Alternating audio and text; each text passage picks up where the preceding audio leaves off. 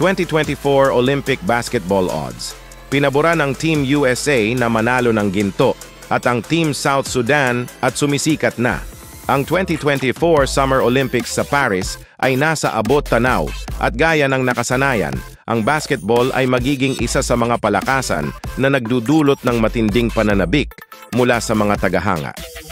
Matapos mabigong makamit ang medalya sa FIBA World Cup noong nakaraang taon, titingnan ng Team USA na makabangon sa malaking paraan. Ang USA ay nanalo ng 4 na magkakasunod sa Olympic gold medals at 7 sa huling 8 mula noong 1992. Ang Olympic roster ngayong taon ay may pinagsamang 13 NBA titles at 8 NBA MVP awards at pinangungunahan nina LeBron James, Steph Curry at Kevin Durant, bukod sa iba pa.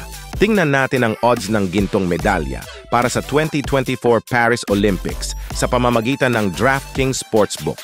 Ang una ay USA -500 na odds, sinundan Canada na may odds positive 1100, pang-3 France, positive 1200, pang-4 naman ang Serbia na may positive 1600, at ang pang-5 na malapit sa ginto at ang Greece na may positive 2000. Nagkaroon ng malaking takot ang USA sa kamakailang exhibition game nito laban sa South Sudan. Muntik lang sila matalo, buti na lang meron LeBron James para isalba ang muntikan pagkatalo ng Team USA laban sa unti-unting sumisikat na team ng South Sudan.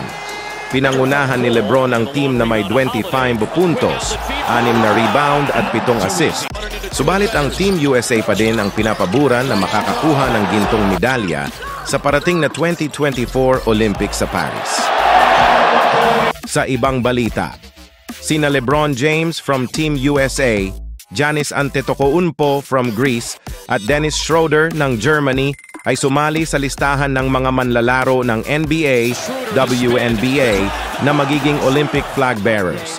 Malapit nang magdagdag si LeBron James ng isa pang tagumpay sa kanyang maalamat na karera, ang Olympic flag bearer. Ang all-time leading scorer ng NBA ay pinili ng kanyang mga kapwa Amerikanong atleta para dalhin ang bandila para sa Estados Unidos sa 2024 Paris Olympics sa huling bahagi ng buwang ito. Hindi lang si James ang NBA player na nakakuha ng naturang karangalan ngayong taon. Si Giannis Antetokounmpo ang magdadala ng flag para sa Greece, habang si Dennis Schroeder ang gagawa nito para sa Germany. Tatangkilikin ng tatlo ang natatanging pagkakataon na pamunuan ang delegasyon ng kanilang bansa sa pamamagitan ng bangka dahil nakatakdang maganap ang seremonya ng pagbubukas ngayong taon sa Seine, isang 483 milya na ilog na dumadaloy sa gitna ng Paris. Bago ang mga kasiyahan ngayong taon na magsisimula sa Hulyo 26, narito ang isang pagtingin sa bawat manlalaro ng NBA at WNBA na naging flag bearer para sa kanilang bansa sa Olympics.